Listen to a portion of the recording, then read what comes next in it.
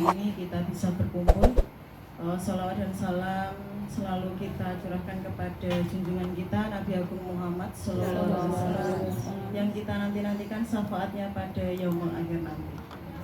Yang saya hormati dari tim Wonder Home, serta ibu-ibu kader, serta ibu-ibu PKK Pedukuhan Mejing Wetan, warga masyarakat Mejing Wetan, serta dari perwakilan pemuda Karang Taruna Mejing Wetan.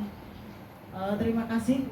Yang pertama saya ucapkan kepada tim Wonder Home yang telah mengundang kami dari kader kesehatan dan beberapa organisasi perdukuhan di Mejing Wetan.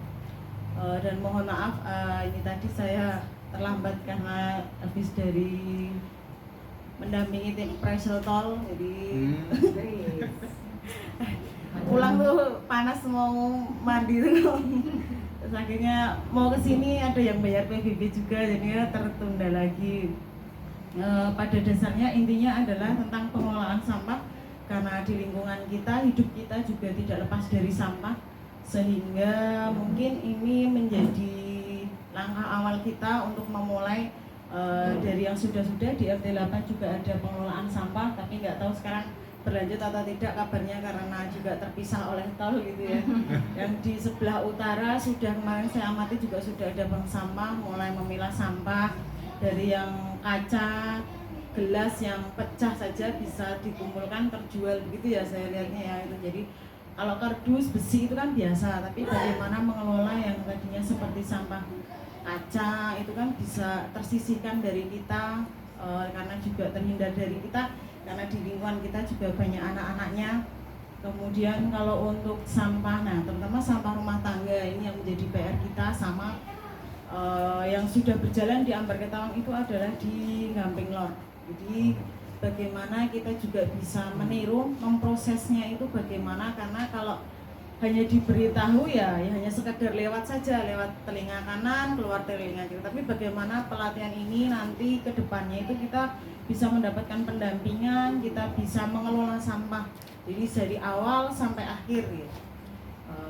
Ya mungkin itu yang dapat saya sampaikan, mohon maaf dan sekali lagi terima kasih. Mudah-mudahan ini ada jangka panjangnya tindakan lebih lanjut dan bisa diterapkan ke depannya. Karena mengingat lingkungan Mejing Wetan itu juga yang sekedar tempat sampah kemudian dibuang atau diangkut oleh truk gitu ya, kita tinggal bayar gitu. Tapi kan tidak selamanya kan seperti itu, tapi kita harus mengelola dengan mandiri. Ya tadi membahas seputar tentang pengelolaan sama pemilahan sampah ya. Kalau saya nggak usah muluk-muluk lah gitu, karena PR saya dari kelurahan juga banyak. RT 1 juga di pinggir jalan itu sama. Gak usah sampai tadi diubah. Sekarang di RT 1 aja di pinggir jalan ya pelestari ya. Bagaimana kita harus. Nah, dan itu di kolamnya itu sudah kolamnya Mejing Lor. Kita tuh dapat diserang juga dari Mejing Lor gitu. Jadi nggak perlu mulu-mulu yang tadi bikin ini, enggak. Saya di pinggir jalan aja di RT 1 itu. Karena itu masuk wilayahnya RT 1 dan yang buang sampah itu saya pernah ke pasar jam 4 pagi dini hari, Bu.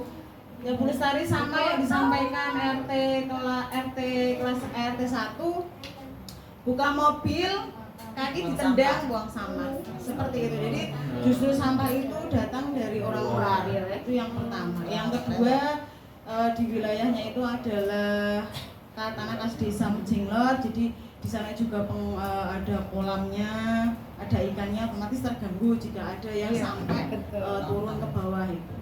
Terus yang kedua sampai kami juga sudah laporkan ke kelurahan, kemudian ada dibuatkan spanduk itu juga ada. Kemudian kemarin karena sampah ini sangat riskan gitu ya, jadi kalau sampah plastik, sampah itu kalau kita buang di sungai yang berdampak itu juga daerah yang Telogo bawah sana itu sampai menggerutu karena sampah di atas itu banyak gitu. Jadi kalau mau pengelolaan sampah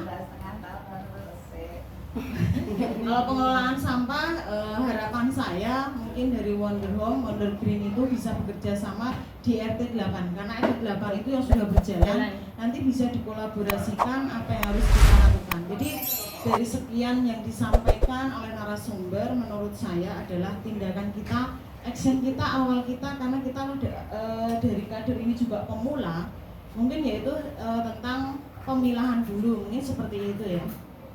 Apalagi di bulan Ramadan ini banyak sampah kardus, mika yang terus terang. Di samping saya juga di masjid itu bersih, ya kan Bu? Masjid Al Hidayah itu bersih, nggak ada sampah Bu. Sampahnya minggir Tapi ya? pulangnya Bu, Minggir. pulangnya itu kalau pagi sampah mika dibakar. Samping saya lagi, jadi dikasih tahu sudah tidak bisa. Jadi bagaimana saya juga harus memberitahu. Itu yang pertama. Kalau tadi yang disampaikan Bu Sis tadi sampahnya harus begini, terus siapa ya? Ibu-ibu sama iya, sampahnya bagus-bagus, dapat uang. Tapi ketika kita jumante, mereka yang menampung sampah itu ya ampun tempatnya. Sampai ketika kita lomba PJB, kami tuh nggak bisa memasukkan tim melalui daerah tersebut. Sampai dari timnya kelurahan dan PKK ya Bu ya, mengatakan bisa belum pernah loh lewat sini tuh, udah kok tadi udah dilalui yang dari tim sana, sampai kita harus berbohong seperti itu. Terus terang RT 2 ada, RT 6 yang pengepul itu juga kami tuh sampai nggak berani. Terus terang itu. Gitu ya Ibu Kader ya. Karena biar sekalian Bu. Sekalian yang tahu warganya aja. Sebenarnya dari kelurahan juga sudah tahu, cuman mungkin yang PKK kelurahan yang belum tahu kok sampahnya di situ seperti apa gitu. Jadi tahu tapi kurangnya orangnya Kayak kacamata ini, kacamata sudah. Jadi harapan saya ke depannya bisa bekerja sama tadi Mas Ilham ya, tentang pemilahan, pengelolaan sampah dari awal dulu, dari RT 8 dengan Wondergreen, sehingga nanti di Ngejekkan itu bisa lebih kompak lagi. Yang kita sudah dimulai dari RT 3, 4, 5, 6 diteruskan. Jadi action kita pertama adalah pemilahan. Kalau sudah tadi sudah diketahui, berarti disetorkan di Wondergreen itu setiap sebulan sekali, entah nanti di akhir atau di awal gitu ya. Jadi itu kesimpulannya pada sore hari ini. Kemudian ada bank sampahnya juga ya Bu ya tadi ya. Nah, nanti bila ini bisa berlanjut, bisa disampaikan ibu-ibu kadernya ini kepada warganya yang ingin ikut bank sampah. Jadi itu per tahun atau bagaimana Bu? Iya, per tahun ya. Apanya? Mengenai uangnya boleh kok terserah. Jadi kalau misalnya tiap misalkan kita minggu pertama gitu ya, seminggu sebelumnya atau 3 hari sebelumnya bilang, Bu, saya mau ngambil uang tabungan sama gitu.